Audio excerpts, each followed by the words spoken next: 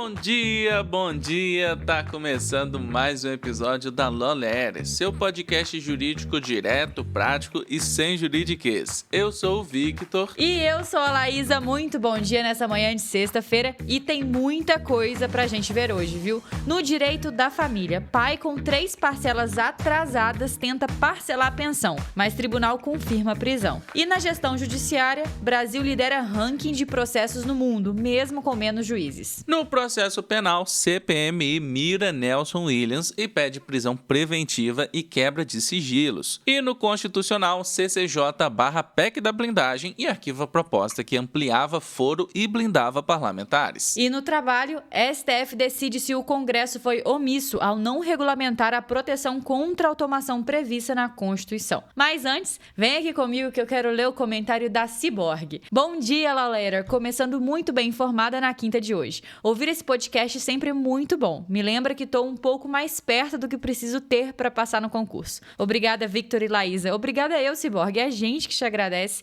Ciborgue comentou na edição passada. E para quem tá chegando agora, não só na passada, mas como ela comenta em todas as edições. Muito obrigado pela sua participação, Ciborgue. Então pega o café, coloca o fone e bora juntos entender como essas decisões estão moldando o direito no Brasil.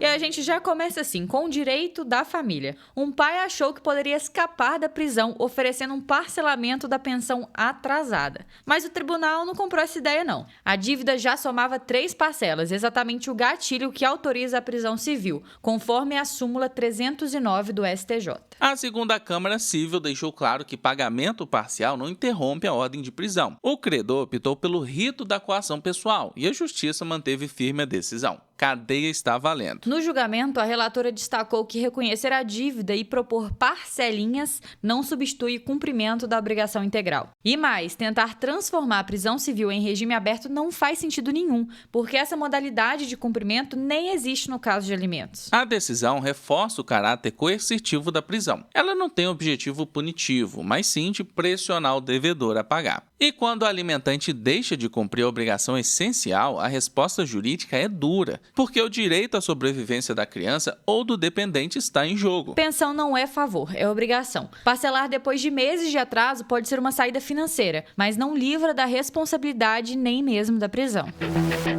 E bora com gestão judiciária. O relatório Justiça em Números 2025 escancarou uma realidade conhecida, mas sempre impressionante. O Brasil lidera o ranking de judicialização no mundo. Foram 18,5 novos casos por 100 mil habitantes em 2024, quase 4 vezes mais que a média da União Europeia. O detalhe curioso é que mesmo com metade do número de juízes por habitante, os magistrados brasileiros julgam quase 10 vezes mais processos do que seus colegas europeus. O sistema parece atolado, mas de algum modo segue funcionando. Para ter uma ideia da sobrecarga, cada juiz no Brasil recebeu em média 2.103 novos processos em 2024, enquanto na Europa esse número foi apenas 249. E não é só a entrada. Nossos juízes também baixaram 9,5 vezes mais ações no mesmo período. Esse esforço tem um custo elevado. O relatório mostrou que a engrenagem da justiça consumiu 146,5 bilhões de reais em 2024. Caro, sim, mas ao mesmo tempo é um sistema presente em quase todos os municípios do país,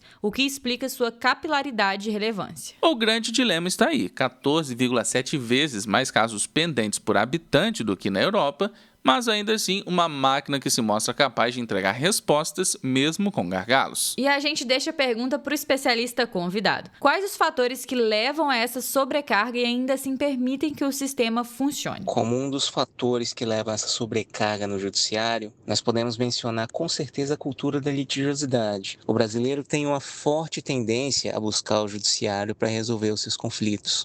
Outro fator é o acesso gratuito à justiça em muitos casos. A garantia constitucional de acesso à justiça, que inclui a gratuidade para aqueles que não podem arcar com as custas processuais, ela é fundamental. No entanto, ela pode, em alguns casos, incentivar a propositura de ações com menor probabilidade de êxito, já que o custo inicial para o litigante é baixo ou inexistente.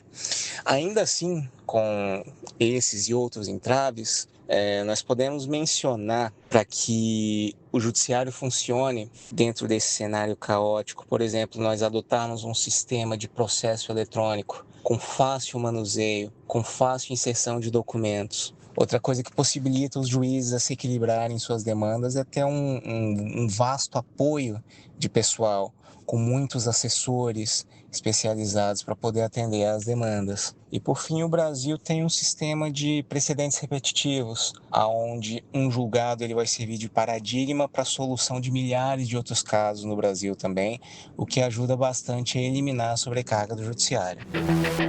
Ô Victor, você já percebeu como muitos advogados querem atuar em direito da saúde, mas acabam travados porque a faculdade não ensina nada sobre isso? O pior de tudo, Laísa, é que eles ficam anos tentando se especializar sem conseguir reconhecimento e muito menos ganhar bem nessa área que cresce tanto. Pois é, e é justamente aí que entra o método Summit, uma metodologia criada pelo advogado Elton Fernandes, professor de pós-graduação em Direito Médico e Hospitalar, que já formou mais de 1.500 alunos. A proposta é transformar advogados comuns em especialistas reconhecidos e bem pagos no direito da saúde em apenas 12 meses. É formação prática e estratégica. Você aprende técnicas e habilidades que nenhum curso tradicional ensina, mas que realmente dão vantagem no mercado. Então, se você quer acelerar sua carreira no direito da saúde, não perde tempo. Clica no link que está na descrição desse episódio e saiba mais.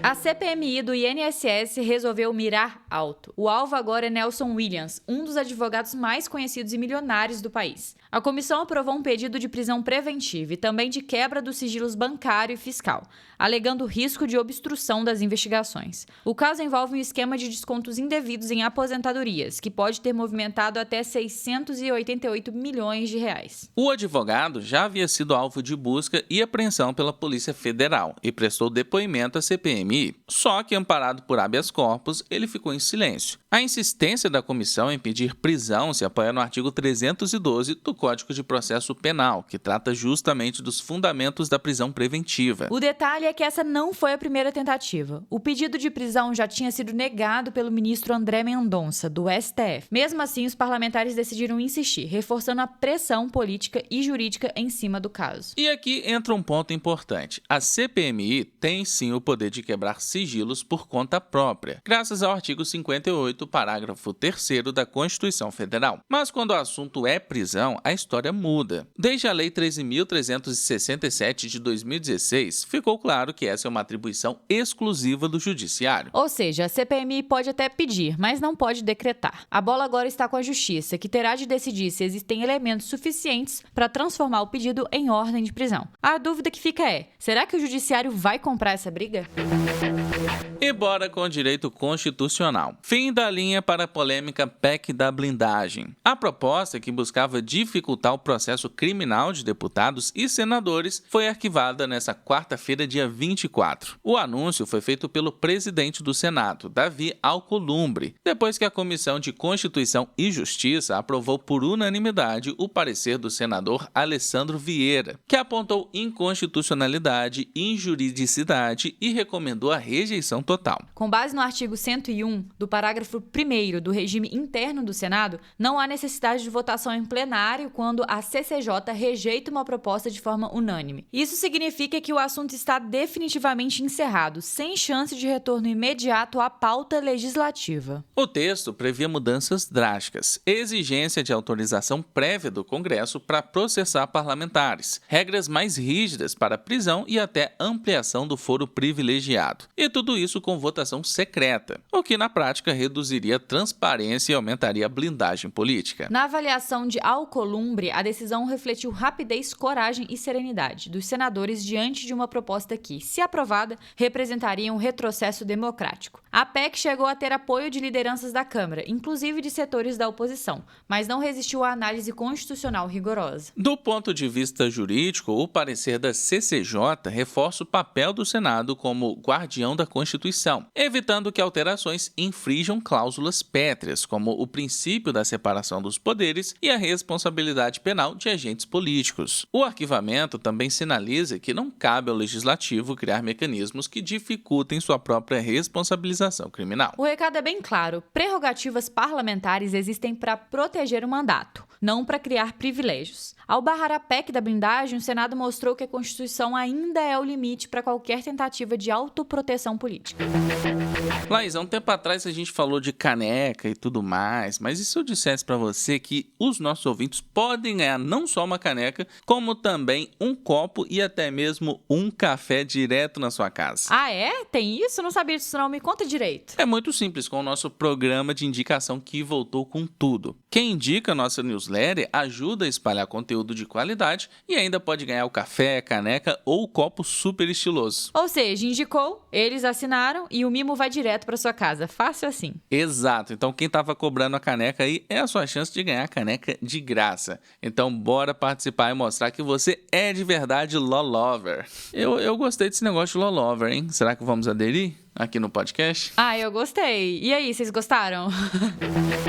Bora para nossa última notícia do dia com direito do trabalho. O Supremo Tribunal Federal vai decidir, em julgamento no plenário físico, se o Congresso está sendo omisso ao não regulamentar um direito já previsto na Constituição, a proteção do trabalhador frente à automação. Esse direito aparece no artigo 7º, inciso 27, que garante salvaguardas diante do avanço tecnológico, mas até hoje não teve lei que o torne efetivo. O caso começou no plenário virtual, com o voto do ministro Luiz Roberto Barroso, que reconheceu a omissão legislativa. Mas o julgamento foi interrompido pelo pedido de destaque do ministro Flávio Dino, o que zerou o placar e levou o tema para análise presencial, com debates diretos entre os ministros. A ação foi proposta pela Procuradoria-Geral da República, que alertou para os riscos da ausência de regulamentação, aumento do desemprego estrutural, desigualdade social e maior insegurança no ambiente de trabalho. A PGR defendeu que o Estado precisa agir de forma preventiva para equilibrar os efeitos da automação. Na visão de Barroso, não basta apontar projetos de lei que ainda tramitam no Congresso. Para ele, a simples existência de propostas não afasta a omissão. É preciso uma lei concreta, capaz de estabelecer mecanismos de proteção, e o Supremo pode determinar prazos para que o Legislativo regulamente o tema. Segundo o relator, essa futura lei deve ir além da teoria. Ela precisa incluir políticas públicas de capacitação e requalificação profissional, garantindo que trabalhadores consigam se adaptar às mudanças impostas pela revolução tecnológica. Sem isso, o país corre o risco de deixar milhões para trás na transição para uma economia mais automatizada. O julgamento pode inaugurar um novo capítulo do direito do trabalho, trazendo os robôs para o centro da discussão jurídica. Se o STF reconhecer a omissão, o Congresso será pressionado a regulamentar de imediato esse direito fundamental, mostrando que até a automação precisa respeitar os limites da Constituição.